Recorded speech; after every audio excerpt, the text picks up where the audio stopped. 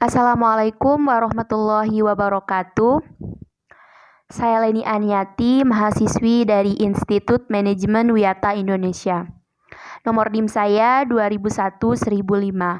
Di sini saya mau menjelaskan tentang cost, volume, dan profit. Definisi analisis cost, volume, profit adalah salah satu alat yang digunakan dengan analisis dan perencanaan laba usaha, serta pengambilan keputusan manajemen dalam menentukan jumlah unit yang harus dijual untuk mencapai titik BEP, atau bisa disebut break-even point. Upaya ini dilakukan untuk mengurangi terjadinya resiko kerugian bisnis dan ketidakpastian dalam perubahan lingkungan bisnis. Ada 5 faktor peningkatan laba UMKM dengan analisis cost, volume, profit. Yang pertama, perubahan harga jual dan biaya tetap per unit. Perubahan ini berpengaruh terhadap penerimaan pendapatan usaha. Penerimaan pendapatan merupakan pembentukan break-even point. Kenaikan harga jual per unit akan menurunkan titik impas penjualan. Sedangkan penurunan harga jual per unit akan menaikkan titik BEP. Perubahan harga jual per unit juga akan secara simultan mempengaruhi besarnya biaya. Dan untuk yang kedua, perubahan biaya variabel per unit akan mempengaruhi total biaya dan laba usaha. Kenaikan biaya variabel per unit akan menaikkan titik BEP. Sedangkan penurunan biaya variabel per unit akan menurunkan titik BEP. Perubahan ini juga berpengaruh terhadap contribution margin, dan break even. Dan yang ketiga, ada perubahan total biaya tetap. Perubahan total biaya tetap mempengaruhi total biaya dan laba, serta akan mempengaruhi jumlah BEP. Karena biaya tetap merupakan jumlah yang harus ditutup oleh kelebihan penjualan atas biaya variabel per unit. Dan untuk yang nomor 4, perubahan volume penjualan. Perubahan ini akan mempengaruhi total biaya dan laba usaha. Volume penjualan didasarkan pada seberapa besar kapasitas produksi yang mampu dihasilkan oleh perusahaan. Dan untuk yang terakhir, ada perubahan komposisi penjualan. Perubahan ini jika perusahaan yang memproduksi lebih dari satu jenis barang, maka analisis BEP dapat diterapkan untuk seluruh barang atau produk yang diproduksi dan dijual. Total BEP merupakan total biaya tetap dibagi dengan selisih antara harga dan biaya variabel BEP dalam unit. Jika pendapatan operasional 0, maka total BEP dalam satuan telah tercapai. Begitu total BEP dicapai, maka semua total fixed cost sudah ditutupi oleh contribution margin yang dihasilkan.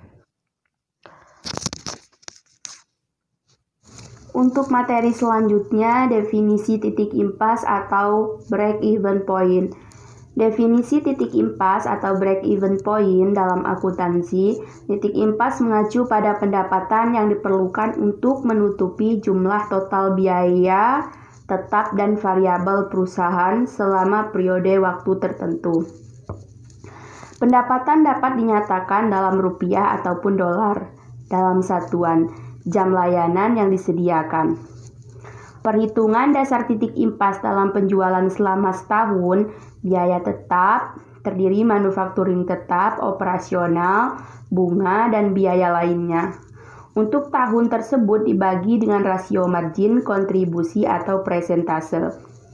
Perhitungan dasar titik impas dalam unit yang terjual selama setahun adalah biaya tetap tahunan tersebut dibagi dengan margin kontribusi per unit produk. Rumus break-even point. Dasar unit berapa unit jumlah barang atau jasa yang harus dihasilkan untuk mendapatkan titik impas. BEP sama dengan FC per dalam kurung P dikurangi VC. Dasar penjualan berapa rupiah nilai penjualan yang harus diterima untuk mendapatkan titik impas.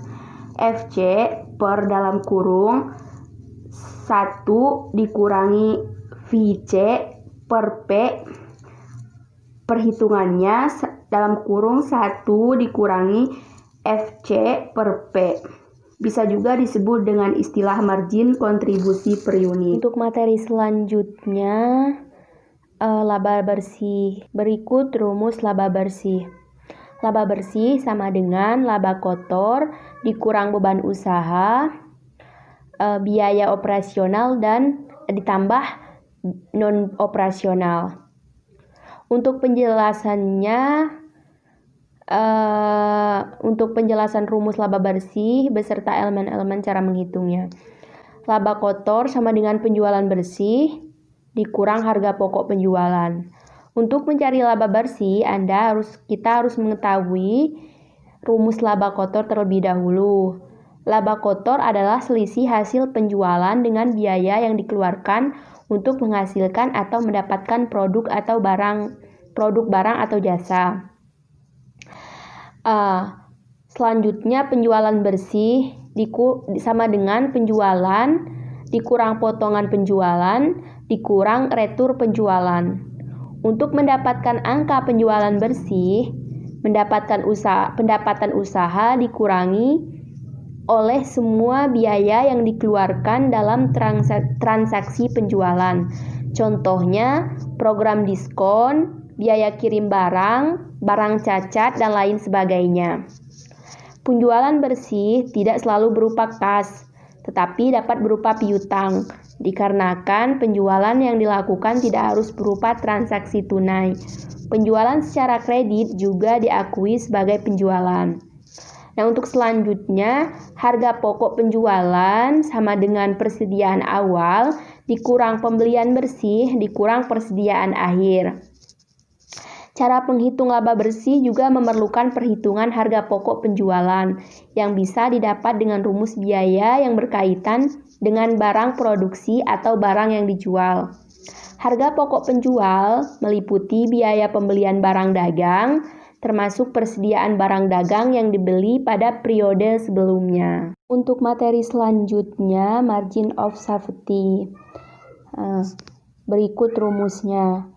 Margin of safety sama dengan selisih value dan price per total value dikali 100%. Dalam bidang investasi, semakin tinggi margin of safety, maka semakin rendah risiko yang didapat saat berinvestasi pada saham perusahaan tersebut. Begitupun sebaliknya, semakin rendah margin of safety, maka semakin tinggi risikonya. Mungkin cukup segitu yang bisa saya sampaikan, kurang dan lebihnya mohon maaf. Wassalamualaikum warahmatullahi wabarakatuh.